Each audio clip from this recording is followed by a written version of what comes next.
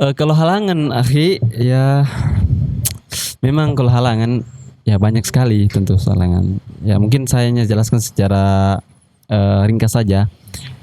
Tentunya dari orang tua juga kan, karena kan orang tua ini pastinya tidak ingin jauh dari anaknya. Itu.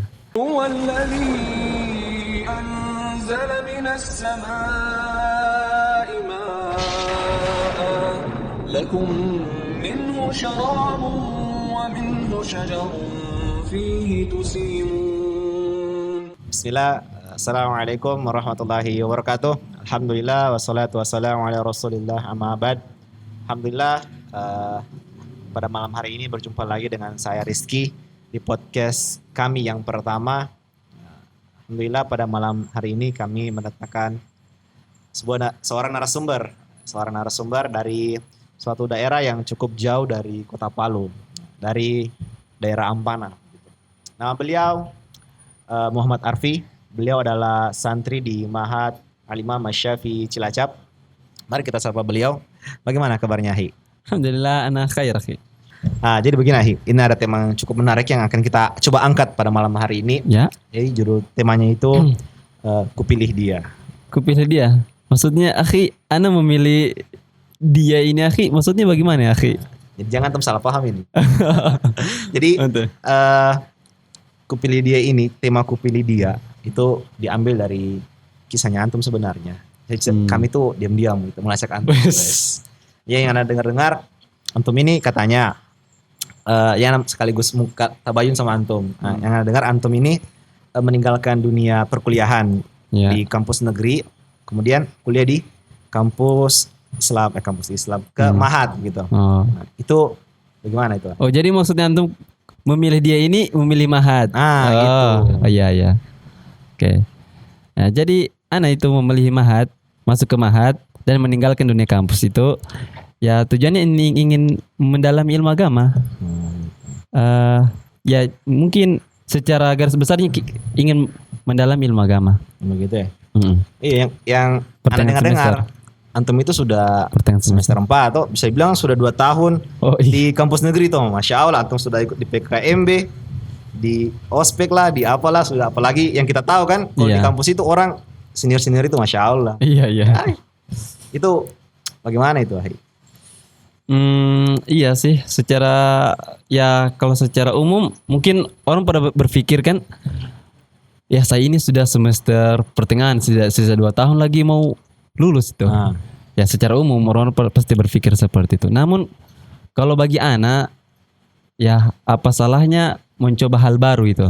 Ya, karena anak kan juga ingin sekali mendalami ilmu agama. Jadi ya mau tidak mau harus meninggalkan ya yang pertengahan semester. Yang dikorbankan lah Iya, untuk seperti mendapatkan itu. sesuatu hal yang lebih baik lagi, Nah, Insya Allah. Nah, kemudian ya namanya kita hijrah atau berpindah itu kan tidak mudah, pasti ada halangan-halangannya, apalagi antum dari kampus negeri ke kampus Ma'had, pasti itu mungkin ada halangan-halangannya atau bagaimana itu? Iya. Ketika antum pindah bagaimana? Kalau halangan, akhi, ya memang kalau halangan ya banyak sekali tentu halangan. Ya mungkin saya jelaskan secara ringkas saja. Tentunya dari orang tua juga kan, karena kan orang tua ini pastinya tidak ingin jauh dari anaknya. Itu. Ya, tapi pada akhirnya alhamdulillah orang tuaku ini meridoi, mengizinkan saya untuk mondok, dan itu semuanya karena izin Allah Subhanahu wa taala. Di awal-awalnya masih ada hambatan-hambatan. Ya, Ketika di berdoa. akhir alhamdulillah Allah mudahkan semua. Alhamdulillah. Nah, baik, mungkin di akhir Nahi, mungkin antum punya wejangan atau motivasi untuk teman-teman di luar sana, apalagi kan kayak misal kami, anak juga masih kuliah loh, masih kuliah loh. Anak juga termasuk masih mahasiswa aktif ini ceritanya. Wih, Ceritanya. Masya Allah. Anak juga masih mahasiswa aktif. Jadi Anak pikir antum sudah sudah jadi dosen, akhi. antum kayaknya dengar apa? Cuma lihat di Face. Oh ya. Anak masih kuliah juga. Oh, nah. Jadi anak juga kuliah di kampus negeri.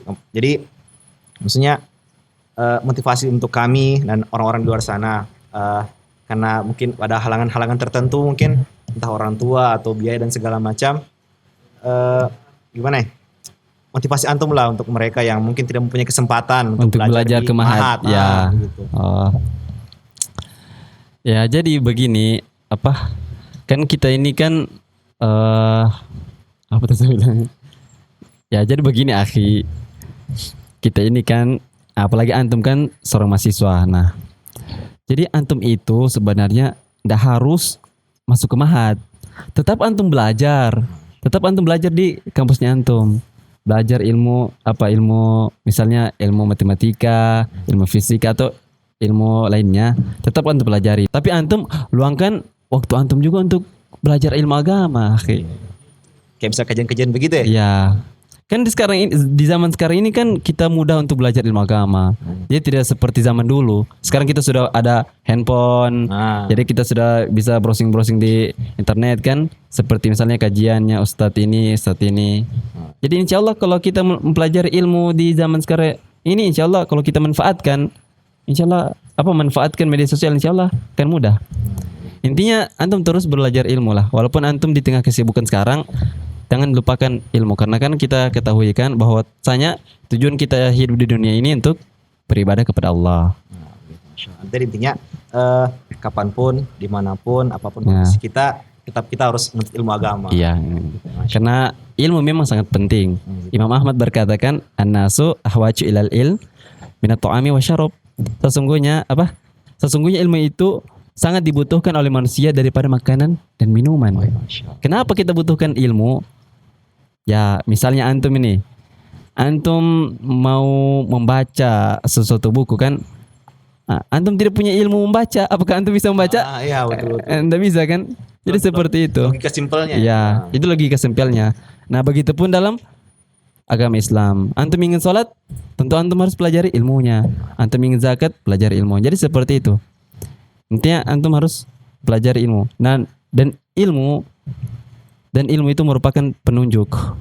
Jadi orang kalau tidak memiliki penunjuk, tentunya dia pasti akan mengalami kesesatan kan, sebagaimana perkataannya ulama besar kita kan, Imam Ibn Taimiyah, Masya Allah. Beliau mengatakan man yufarriqud dalil dullus sabil walad dalil illa bima jaa bi rasul. Barang siapa yang terpisah dari penunjuk jalannya, yang dimaksud penunjuk ini ilmu. Maksudnya siapa yang terpisah dari penunjuk jalannya atau ilmu ini, maka dia akan tersesat. Gitu ya. Jadi seperti itu kan. Misalnya antum pergi ke sebuah kota, antum tidak memiliki penunjuk jalan, tidak memiliki HP, antum tidak membawa apa-apa. Apakah antum akan sampai ke kota tersebut? Ya, betul. Ya, seperti itu logikanya. Kemudian beliau melanjutkan perkataannya, walad dalil illa bima jaa bi rasul, dan tidak ada sesuatu penunjuk kecuali apa yang datang dari Rasul kita. Karena beliau lah diturunkan, karena Rasul karena Nabi SAW diturunkan kepada kita untuk dicontohi, untuk dan diikuti. Masya Allah. Alhamdulillah, Masya Allah, pada malam ini sangat bermanfaat dengan beliau yang luar biasa, narasumber kita yang luar biasa. Semoga beliau dimudahkan dalam bentuk ilmu agama di daerah Cilacap ya. Di daerah Cilacap. Semoga ketika selesai belajar di sana, antum bisa kembali lagi ke Kota Palu. Yang kita tahu bagaimana di Kota Palu ini luar biasa. Sebagaimana yang kita tahu di Kota Palu ini masih butuh pengajar-pengajar agama. Ya, semoga lah antum bisa kembali ke Kota Palu. Amin. Insya Allah. Baik, cukup sekian podcast pada malam hari ini. Saya Rizky bersama narasumber kita Arfi. Sekian. Assalamualaikum warahmatullahi wabarakatuh.